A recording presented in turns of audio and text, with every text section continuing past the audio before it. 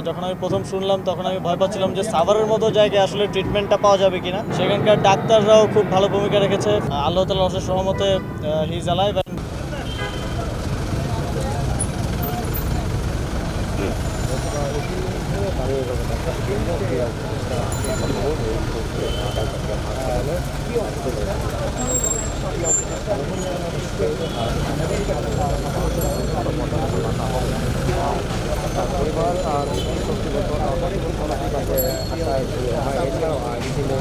তামিম ভাই এখন সিসিইউতে আছেন, আর ওনার সাথে দেখা হলো এবং এত বড় একটা দুর্ঘটনার পর ওনার যে মেন্টাল স্ট্রেংথ এটা সত্যি অভাবনীয় এবং এই মেন্টাল স্ট্রেংথের কারণেই এটা অনেক বড় প্রভাব রেখেছে এবং অবশ্যই সাভারের মতো জায়গায় যখন আমি প্রথম শুনলাম তখন আমি ভয় পাচ্ছিলাম যে সাভারের মতো জায়গায় আসলে ট্রিটমেন্টটা পাওয়া যাবে কিনা।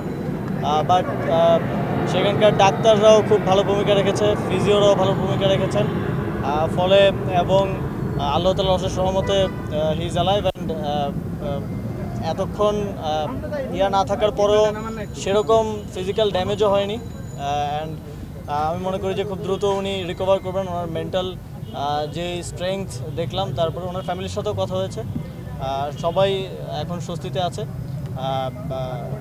ডাক্তাররা নিয়মিত দেখছেন এবং আশা করি খুব দ্রুতই ক্যাবিনেও ফিরে আসবেন এবং সুস্থ হয়ে আমাদের মাঝে ফিরে আসবেন। আসিফ ভাই, থাইল্যান্ডে উচ্চ চিকিৎসার কি কোনো দরকার আছে না বাংলাদেশের চিকিৎসা? এখনো ডাক্তারদের সাথে ফ্যামিলি কথা বলছে, যদি ডাক্তার এই ধরনের কিছু সাজেস্ট করে তাহলে ফ্যামিলি ভাববে সে বিষয়ে। মাননীয় উপদেষ্টা, বাংলাদেশের সবাই তামিমের জন্য দোয়া করেছে, মানে দোয়াটাও নিশ্চয়ই একটা কাজে লেগেছে। হ্যাঁ, অবশ্যই। তামিম ইকবাল আমাদের বাংলাদেশে আমরা যারা ছোটোবেলা থেকে ক্রিকেট দেখি, তামিম ইকবাল সহ আমাদের ক্রিকেটকে যারা একটা নতুন ধাপে নিয়ে এসেছে তাদের মধ্যে একজন অন্যতম।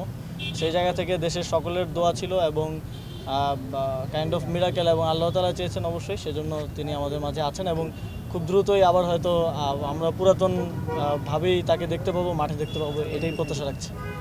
জি, থ্যাংক ইউ। যে কথা বলছিলেন